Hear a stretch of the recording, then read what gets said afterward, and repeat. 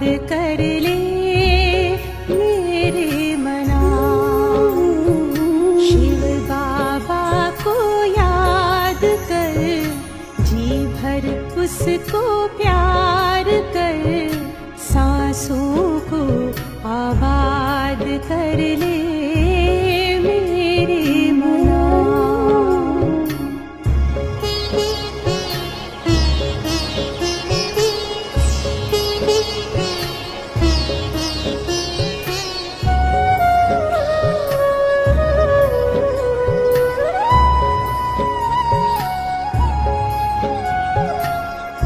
आया है लेके झूमती बहारें, रिमझिम बरसती स्नेह की फुहारें।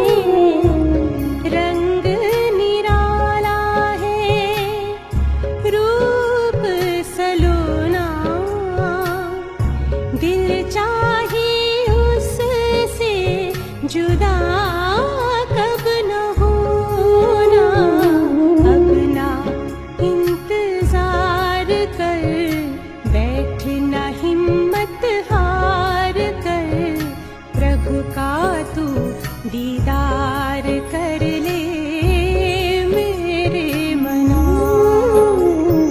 शिव बाबा को याद कर, जी भर उसको प्यार कर, सांसों को आबाद कर ले मेरे मना।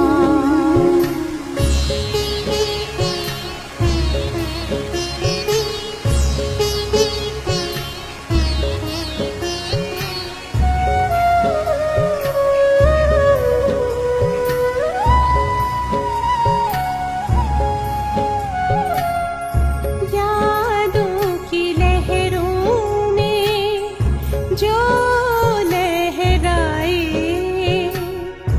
एक अलौकिक सुख वो पाए। शूली को कांटा कर दे, कांटे को जूही, पर्वत को राई कर दे, राई को रूई। दिल ही दिल में बात कर, मन में मुलाकात कर, खुद को तू आजाद कर ले मेरे मना। शिव बाबा को याद कर, जी भर उसको प्यार कर, सांसों को आबाद कर ले मेरे मना। सांसों को आबाद कर ले मेरे मना। सांसों को आबाद कर ले मेरे मना।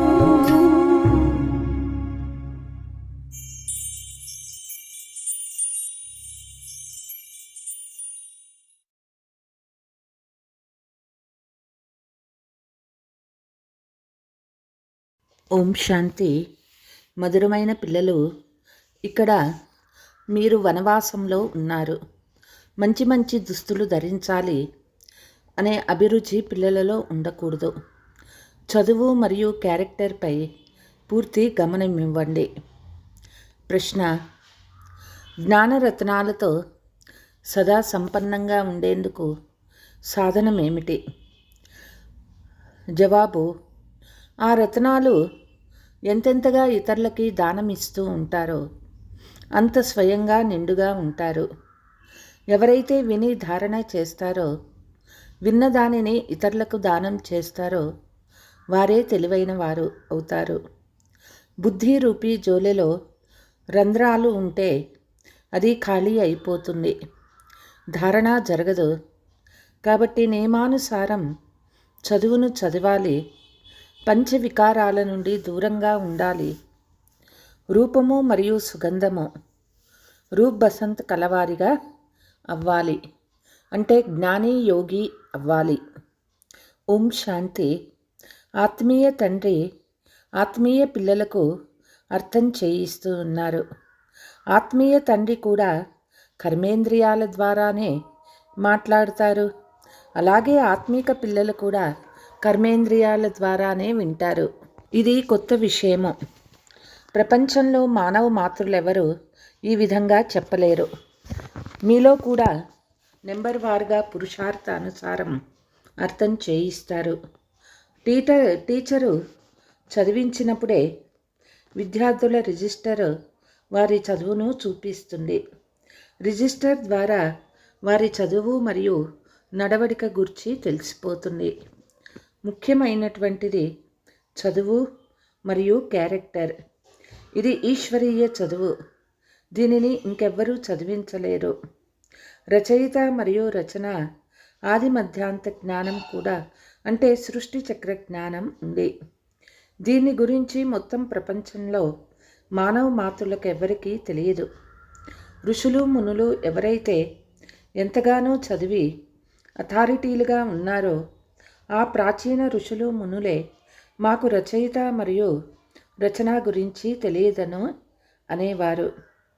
తండ్రే వచ్చి తన పరిచయాన్ని ఇచ్చారు. ఇదంతా ముళ్ళ అడవి అన్న గాయనం కూడా ఉంది. అడవికి తప్పకుండా అగ్గి అంటుకుంటుంది. పూల తోటకి ఎప్పుడూ అగ్ని అంటుకోదు. ఎందుకంటే మొత్తం అడవి అంతా ఎండిపోయి ఉంది. పూల తోట పచ్చగా ఉంటుంది. పచ్చని తోటకు మంటలు అంటుకోవు. ఎండిపోయిన వాటికే మంటలు అంటుకుంటాయి. ఇది చాలా పెద్ద అడవి. దీనికి కూడా ఇంతకుముందు మంటలు అంటుకున్నాయి. అలాగే పూల తోట స్థాపన కూడా జరిగింది. ఈ తోట ఇప్పుడు గుప్తంగా స్థాపన అవుతూ ఉన్నది. మనం పూతోటలోని సుగంధమైన పుష్పాలుగా దేవతలుగా అవుతున్నామని మీకు తెలుసు. దీని పేరే స్వర్గము. ఇప్పుడు స్వర్గ స్థాపన జరుగుతోంది. ఆశ్చర్యం ఏమంటే మీరు ఎంతగా ఇతరులకు అర్థం చేయించినా ఇది ఎవ్వరి బుద్ధిలోనూ కూర్చోదు. ఈ ధర్మానికి చెందిన వారిని బుద్ధిలో ఇది కూర్చోదు. ఒక చెవితో వింటారు, ఇంకొక చెవితో వదిలేస్తారు. సత్యత్రేతాయుగాలలో భారత్వాసీలు చాలా కొద్దిమందే ఉంటారు. మళ్ళీ ద్వాపర కలియుగాలలో ఎంతగానో వృద్ధి జరుగుతుంది. అక్కడ ఒకరిద్దరు పిల్లలు ఉంటారు. ఇక్కడ 4-5 మంది పిల్లలు ఉంటారు. తప్పకుండా వృద్ధి అయినట్లే కదా. భారత్వాసీలే హిందువులుగా పిలువబడతారు. అర్థం చేసుకోగలరు. 84 జన్మలు తీసుకుంటారో వారు తప్పకుండా పాత భక్తులే అవుతారు. మనం ఎంత భక్తి చేశామో మీరు అర్థం చేసుకోగలరు. కొద్దిగా భక్తే చేసి ఉంటే జ్ఞానాన్ని కూడా కొద్దిగానే తీసుకుంటారు. కొద్దిమందికే అర్థం చేయిస్తారు. చాలా భక్తి చేసి ఉంటే జ్ఞానం కూడా చాలా తీసుకుంటారు. చాలామందికి అర్థం చేయిస్తారు. జ్ఞానము తీసుకోకుంటే అంతగా అర్థం చేయించలేరు కూడా. కావున వారికి ఫలితము తక్కువగానే లభిస్తుంది. లెక్క అయితే ఉంది కదా. పిల్లలలో ఒకరు ఇస్లాం మతస్థులు ఇన్ని జన్మలు తీసుకుంటారు, బుద్ధులకి ఇన్ని జన్మలు ఉండాలి అంటూ బాబా వద్దకు లెక్క వేసి పంపారు. బుద్ధ కూడా ధర్మస్థాపకులే. అతని ముందు బౌద్ధ ధర్మం వారు ఎవ్వరూ లేరు. బుద్ధుని ఆత్మ ప్రవేశించింది. తాను బౌద్ధ ధర్మ స్థాపన చేసింది. ఆ తర్వాత ఒక్కరి నుండి వృద్ధి జరుగుతుంది. అతడు కూడా ఒక ప్రజాపితయే. ఒక్కరి నుండి ఎంతగా వృద్ధి జరుగుతుంది. మీరైతే కొత్త ప్రపంచంలో రాజుగా ఇక్కడ మీరైతే వనవాసంలో ఉన్నారు. ఇక్కడ మీకు ఏ వస్తువులపై అభిరుచి ఉండరాదు. మేం మంచి దుస్తులు మొదలైనవి ధరించాలి అన్న భావన కూడా దేహాభిమానమే. ఏది లభిస్తే అది మంచిది. ఈ ప్రపంచమే కొద్ది సమయం ఉంటుంది. ఇక్కడ మంచి బట్టలు ధరిస్తే అక్కడ తగ్గిపోతాయి. ఈ అభిరుచిని కూడా వదిలేయాలి. ముందు ముందు పిల్లలు మీకు వాటంతట అవే సాక్షాత్కారాలు జరుగుతూ ఉంటాయి. మీరు స్వయం అంటారు, వీరు చాలా మంచి సేవ చేస్తూ ఉన్నారు, అద్భుతము, వీరు తప్పకుండా ఉన్నతమైన నెంబర్ని తీసుకుంటారు, తర్వాత తమ సమానంగా చేస్తూ ఉంటారు. రోజు రోజుకు ఈ తోట అయితే పెరుగుతూనే ఉంటుంది. ఎంతమంది దేవీ దేవతలైతే సత్యయుగంలో లేక త్రేతాయుగంలో ఉంటారో వారందరూ ఇప్పుడు ఇక్కడే గుప్తంగా కూర్చొని ఉన్నారు. మళ్ళీ వారు ప్రత్యక్షమైపోతారు.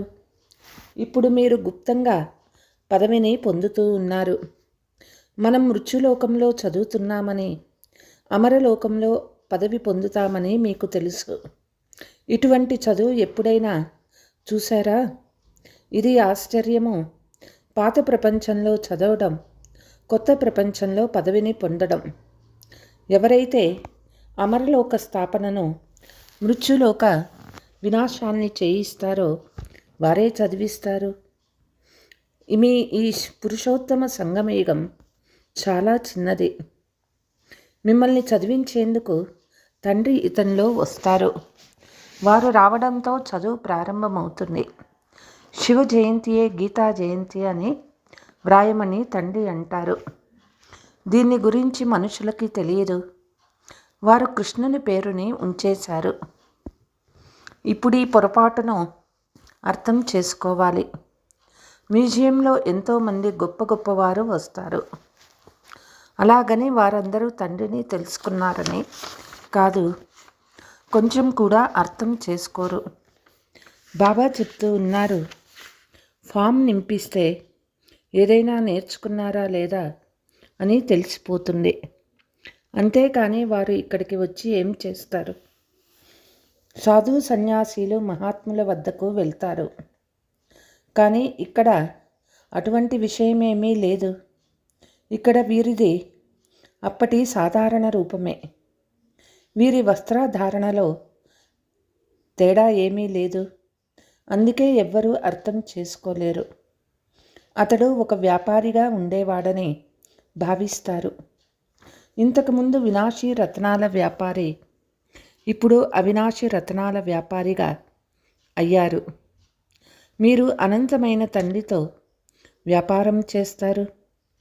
వారు ఒక గొప్ప వ్యాపారి, ఇంద్రజాలికుడు, రత్నాకారుడు. కావున ప్రతి ఒక్కరూ స్వయాన్ని మేము రూప్ బసంత భావించాలి. మాలో లక్షల రూపాయల విలువ చేసే జ్ఞానరత్నాలు ఉన్నాయి. ఈ జ్ఞానరత్నాల ద్వారా మీరు పారస్ బుద్ధి కలవారిగా అయిపోతారు. ఇది కూడా అర్థం చేసుకోవలసిన విషయమే. ఈ విషయాలను ధారణ చేయడంలో కొందరు చాలా మంచి వివేకవంతులుగా ఉన్నారు.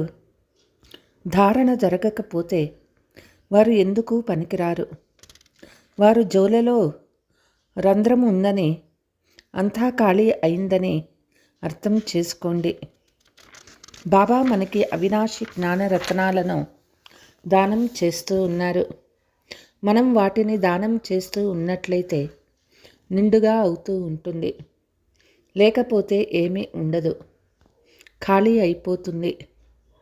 వారు చదవరు, నియమానుసారంగా నడవరు. ఇందులో చాలా మంచి సబ్జెక్టులు ఉన్నాయి.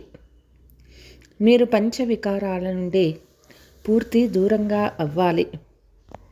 రక్షాబంధనం ఏదైతే జరుపుతారో అది కూడా ఈ సమయానికి చెందిందేనని బాబా అర్థం చేయించారు. కానీ మనుషులకు రక్షాబంధనం ఎందుకు కడతారో తెలియదు. వారు ఒకవైపు అపవిత్రంగా అవుతూ ఉంటారు, మరొక వైపు రాఖీని కట్టుకుంటూ ఉంటారు. ఇంతకుముందు బ్రాహ్మణులు రాఖీని కట్టేవారు. ఇప్పుడు చేతి ఖర్చు కోసం సోదరి తన సోదరునికి రాఖీ కడుతుంది. అక్కడ పవిత్రత యొక్క విషయం ఉండదు. చాలా ఫ్యాషన్ రాఖీలను తయారు చేస్తారు. ఈ దీపావళి దసరా పండగ సంగమయుగాందే. తండ్రి ఏ కర్మ అయితే చేస్తారో అది మళ్ళీ భక్తి మార్గంలో కొనసాగుతుంది. తండ్రి మీకు సత్యమైన గీత వినిపించి లక్ష్మీనారాయణులుగా తయారు చేస్తారు. ఇప్పుడు మీరు ప్రథమ శ్రేణిలోకి వెళ్తారు. సత్యనారాయణ కథను విని నరుని నుండి నారాయణుడిగా అవుతారు. ఇప్పుడు పిల్లలు మీరు మొత్తం ప్రపంచమంతటినీ మేల్కొల్పాలి. ఎంతటి యోగశక్తి కావాలి? యోగశక్తి ద్వారానే కల్పకల్పము స్వర్గస్థాపన చేస్తారు. యోగ బలం ద్వారా స్థాపన జరుగుతుంది. బాహుబలం ద్వారా వినాశం జరుగుతుంది. రెండే పదాలు ఉన్నాయి, అల్ఫ్ మరియు బే. అల్ఫ్ అంటే శివబాబా, బే అంటే వారిచ్చే ఆస్తి. యోగ బలం ద్వారా మీరు విశ్వాధిపతులుగా అవుతారు. ఈ జ్ఞానము చాలా గుప్తమైనటువంటిది. సతో ప్రధానంగా ఉండిన మీరే తమో ప్రధానంగా అయ్యారు. మళ్ళీ సతో ప్రధానంగా అవ్వాలి. ప్రతి వస్తువు తప్పకుండా కొత్త నుండి పాతదిగా అవుతుంది. కొత్త ప్రపంచంలో లేనిదేమీ ఉండదు. పాత ప్రపంచంలో అసలు ఏమీ లేవు, బోలుగా ఉన్నట్లుంది. స్వర్గంగా ఉన్న భారతం ఎక్కడ? నరకంగా ఉన్న ఇప్పటి భారతం ఎక్కడ? రాత్రి పగలంత తేడా ఉన్నది. రావణ దిష్టి బొమ్మను తయారు చేసి తగలపెడతారు, కానీ దాని అర్థం తెలియదు. వారు ఎందుకు చేస్తున్నారు ఇప్పుడు మీరు అర్థం చేసుకున్నారు. మీలో కూడా నిన్నటి వరకు అజ్ఞానం ఉండేది, ఈరోజు జ్ఞానం ఉన్నది. నిన్నటి వరకు నరకంలో ఉండినారు, ఈరోజు స్వర్గంలోకి వెళ్తున్నారు. ఇది నిజము. ప్రపంచంలోని వారు స్వర్గవాసులయ్యారు అని అన్నట్లు కాదు. ఇప్పుడు మీరు స్వర్గంలోకి వెళ్తే మళ్ళీ నరకం అనేది ఉండదు. ఇది ఎంతో అర్థం చేసుకోవాల్సిన విషయము. ఇది 1 సెకండు విషయమే. తండ్రిని స్మృతి చేసినట్లయితే వికర్మలు వినాశమవుతాయి. ఇది అందరికీ తెలియచేస్తూ ఉండండి. మీరు లక్ష్మీనారాయణల వలె ఉండేవారు. 84 జన్మలు తీసుకొని ఇలా అయ్యారని చెప్పండి. సతో ప్రధానం నుండి తమో ప్రధానంగా అయ్యారు. మళ్ళీ సతో ప్రధానంగా అవ్వాల్సిందే. ఆత్మ నశించదు, పోతే అది మళ్ళీ తమో ప్రధానం నుండి సతో ప్రధానంగా అయ్యే తీరాలి. బాబా రకరకాలుగా అర్థం చేయిస్తూ ఉంటారు. బ్యాటరీ ఎప్పుడూ పాతబడదు. స్వయాన్ని కేవలం బిందు స్వరూప ఆత్మగా భావించండి. తండ్రి చెప్తారు, వీరి ఆత్మ వెళ్ళిపోయిందని అంటారు. ఆత్మ సంస్కారం అనుసారంగా ఒక శరీరాన్ని వదిలి ఇంకొక శరీరాన్ని తీసుకుంటుంది. ఆత్మలు ఇంటికి వెళ్ళాలి. ఇది కూడా డ్రామానే. సృష్టి చక్రము పునరావృతం అవుతుంది. చివరిలో ప్రపంచంలో ఇంతమంది మనుషులు ఉన్నారని లెక్కవేసి చెప్తారు. ఇందరు ఆత్మలు ఉన్నారు అని ఎందుకనరు? పిల్లలు, మీరు నన్ను ఎంతో మర్చిపోయారు. బాబా చెప్తారు, మళ్ళీ తండ్రి వచ్చి అందరి కళ్యాణం చేయాలి. అందుకే తండ్రిని పిలుస్తారు. మీరు తండ్రిని మర్చిపోతారు, కానీ తండ్రి పిల్లలను ఎప్పుడూ మర్చిపోరు. తండ్రి పిల్లలను పావనంగా చేసేందుకు వస్తారు. ఇది గోముఖము, అంతేకాని ఎద్దు మొదలైనవి లేవు. ఇతడు భాగ్యశాలి రథము. శివబాబా నన్ను అలంకరిస్తారని ఈ బాబా పిల్లలైన మీకు చెప్తారు. అది పక్కాగా గుర్తుపెట్టుకోవాలి. శివబాబాని స్మృతి చేస్తే ఎంతో లాభం ఉంటుంది. తండ్రి మనల్ని ఈ బ్రహ్మ ద్వారా చదివిస్తారు కాబట్టి ఇతడిని స్మృతి చేయరాదు. సద్గురు ఒక్క శివబాబాయే, వారికే మీరు బలిహారం అవ్వాలి. ఇతడు కూడా వారికే బలిహారమయ్యారు కదా. తండ్రి ఒక్కరిని స్మృతి చెయ్యండి అంటారు. పిల్లలు సత్యయుగం పూల ప్రపంచంలోకి వెళ్తారు. మళ్ళీ ఈ ముళ్ళపైన వ్యామోహం ఎందుకుండాలి? 63 జన్మలు భక్తి మార్గపు శాస్త్రాలను చదువుతూ పూజలు చేస్తూ వచ్చారు. మీరు పూజ కూడా మొదట శివబాబాకే చేస్తారు. అందుకే సోమనాథ మందిరాన్ని నిర్మించారు.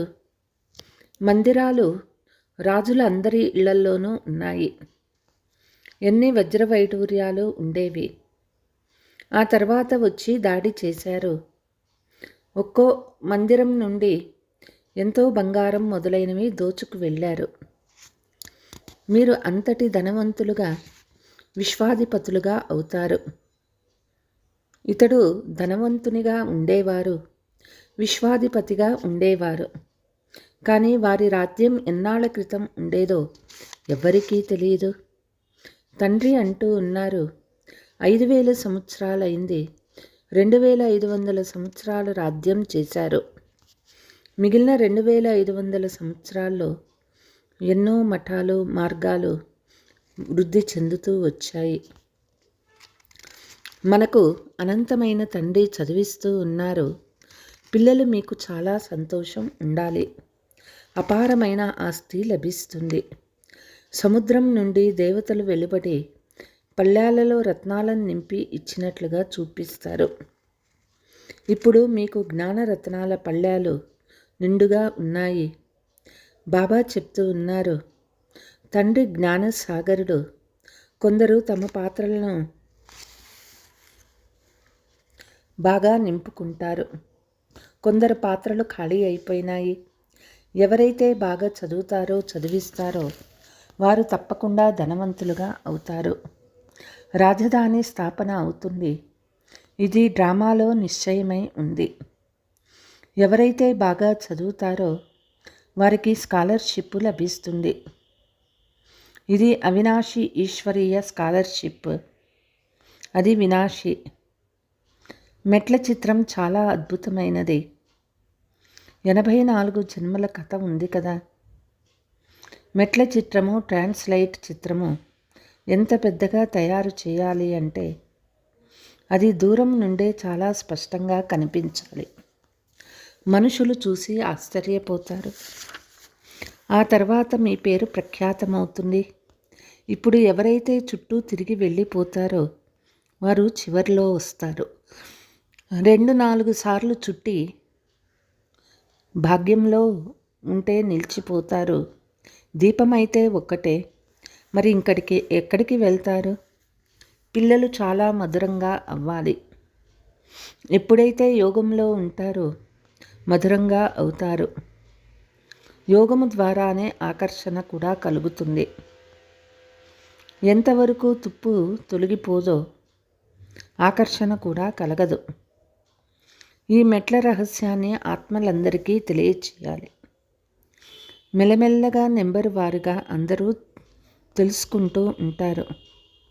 ఇదంతా ఒక డ్రామా. ప్రపంచ చరిత్ర, భూగోళము పునరావృతం అవుతూ ఉంటుంది. ఎవరైతే ఈ విషయాలను అర్థం చేయించారో వారిని స్మృతి చేయాలి. తండ్రిని సర్వవ్యాపి అని అంటారు, కానీ అక్కడ మాయ సర్వవ్యాపిగా ఉంది. ఇక్కడ తండ్రి ఉన్నారు. ఎందుకంటే వారు ఒక్క క్షణంలో రాగలరు. బాబా వీరిలో కూర్చొని ఉన్నారు. మీరు భావించాలి. చేసి చేయించేవారు కదా. వారు చేస్తారు మరియు చేయిస్తారు కూడా. పిల్లలకి డైరెక్షన్ ఇస్తారు. అలాగే వారు స్వయం కూడా చేస్తూ ఉంటారు. వారు ఈ శరీరంలో ఏమి చేయగలరో ఏమి చేయలేరో లెక్క వేయండి. బాబా స్వయం తినరు. వాసన తీసుకుంటారు. अच्छा, मीठे मीठे सिकीलते बच्चों प्रति मात पिता बाप दादा का याद प्यार और गुड मॉर्निंग. रूहानी बाप की रूहानी बच्चों को का नमस्ते. हम रूहानी बच्चों की रूहानी मात पिता बाप दादा को याद प्यार गुड मॉर्निंग నమస్తే నమస్తే. ధారణ: రూపము మరియు సుగంధము అంటే జ్ఞాని యోగి రూప్ బసంత్ కలవారిగా అయ్యి మీ బుద్ధి రూపీ జోలెను అవినాశి జ్ఞాన రత్నాలతో సదా నిండుగా ఉంచుకోవాలి. బుద్ధి రూపీ జోలెలో ఏ విధమైన రంధ్రము ఉండరాదు. జ్ఞాన రత్నాలను ధారణ చేసి ఇతరులకు దానం చేయాలి. స్కాలర్షిప్ తీసుకునేందుకు బాగా చదవాలి. పూర్తిగా వనవాసంలో ఉండాలి. ఎటువంటి ఆసక్తి ఉంచుకోరాదు. సుగంధమైన పుష్పాలుగా తయారై ఇతరులను కూడా అలా తయారు చేయాలి.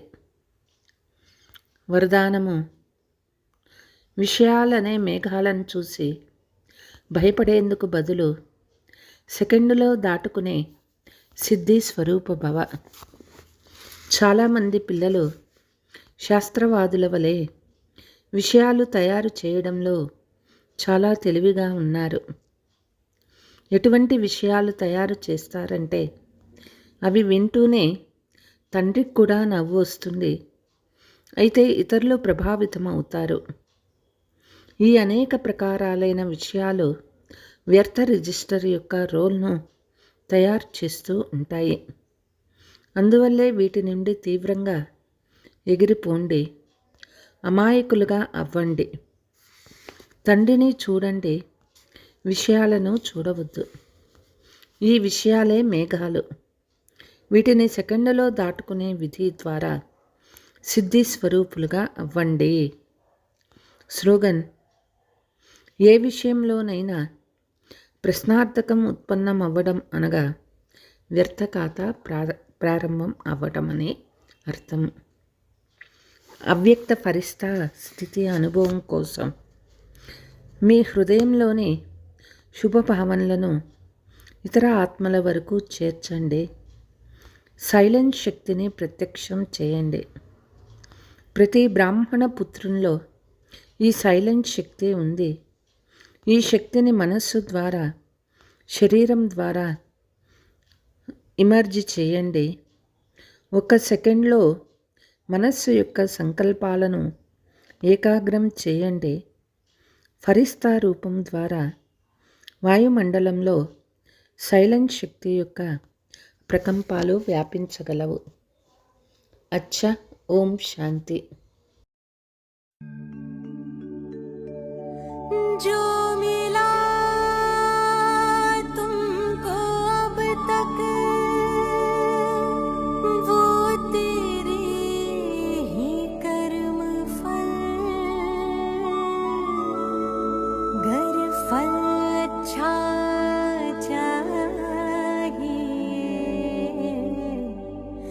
सत्कर्म कर हर पल.